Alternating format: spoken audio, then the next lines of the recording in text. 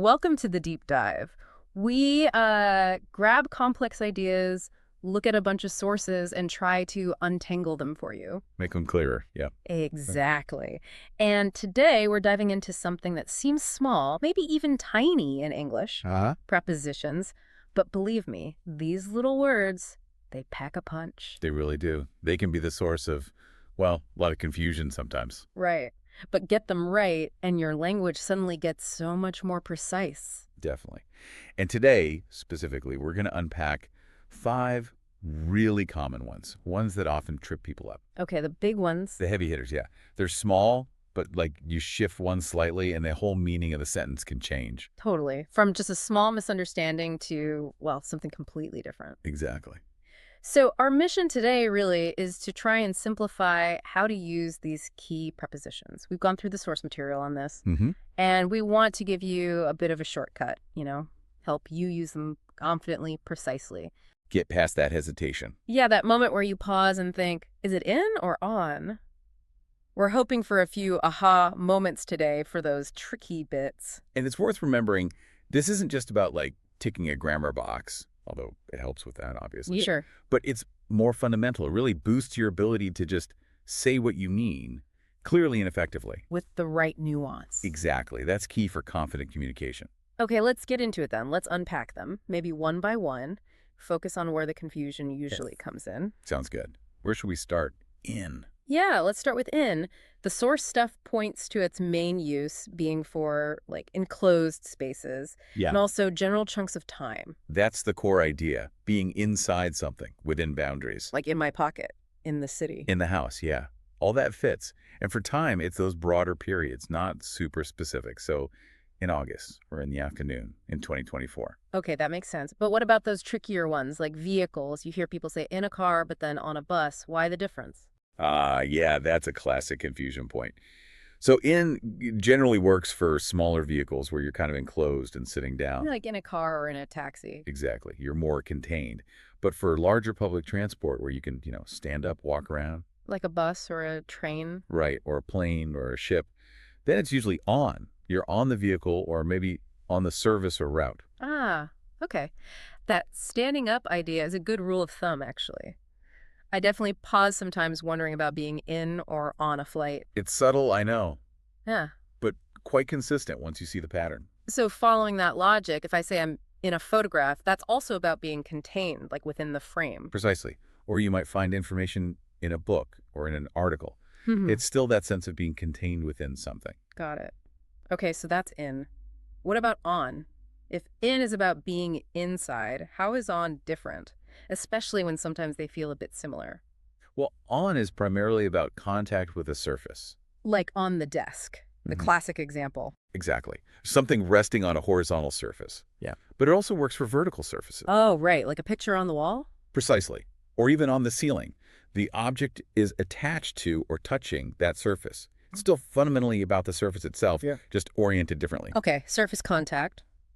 And for time. For time, on gets more specific than in. It's for particular days and dates. Ah, like on Wednesday, on my birthday, on January 1st. Exactly. Specific points on the calendar.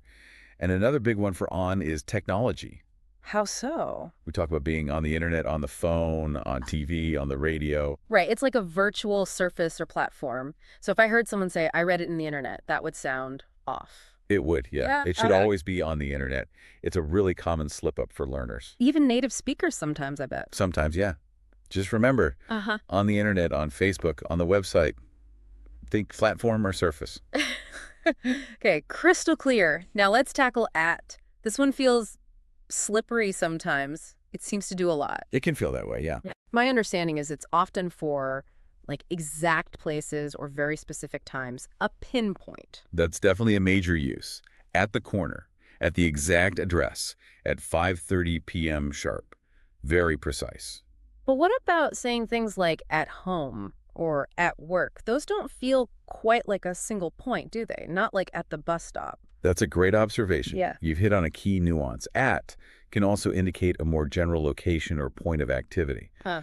So when you say at home or at work or at school, The exact physical boundaries aren't the main point. It's more about being present at that general place or associated with the activity there. So it's like the location concept almost. Kind of, yeah. Or the event, like at the party. Yeah. You're there participating without specifying where exactly inside the party you are. It's the general vicinity or the function. Okay. And it also works for specific points within something larger, like at the top of the page or at the end of the road. Pinpointing an extreme. That really clarifies it. So thinking about nuance, if I say, I'm at the hospital, maybe I'm just visiting someone in the lobby. Right, general location. Whereas if I say, I'm in the hospital, it sounds more like I'm admitted, maybe as a patient. That is an excellent way to think about it. Yes.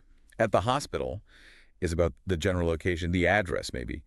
In the hospital strongly implies being inside in a more significant way, often as a patient or perhaps working deep inside. Wow.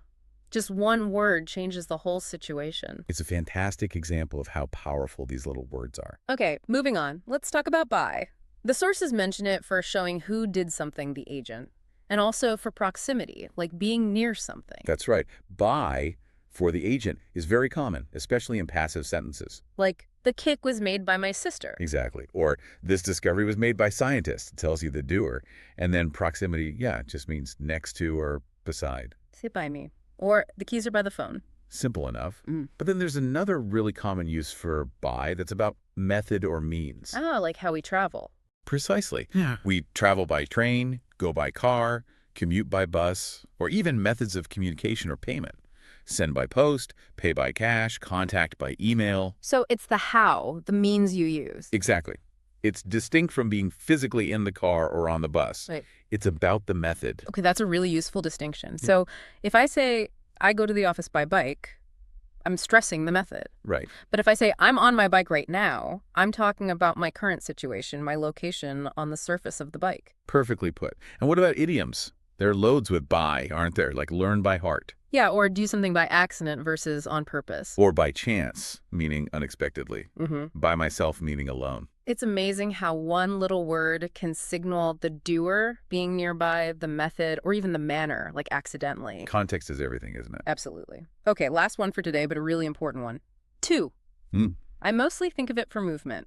Direction. I'm going to the shops. That's its most fundamental meaning, yes. Yeah. Direction towards a destination. Walk to the park, fly to Japan. But it does more, right? What about giving something to someone? Yes, it also marks the recipient of an action. Give the report to your boss. I explained the problem to them. And it connects with certain verbs too, doesn't it? You can't just say, listen music.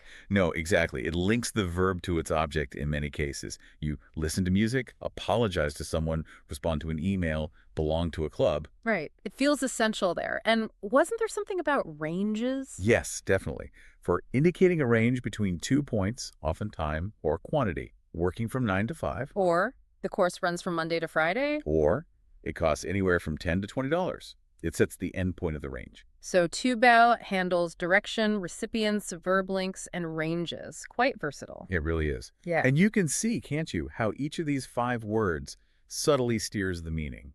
It's quite powerful. Okay, so let's recap quickly. We've journeyed through these 5 key prepositions: in, on, at, by, and to. We saw in mostly for being inside, enclosed spaces, general times.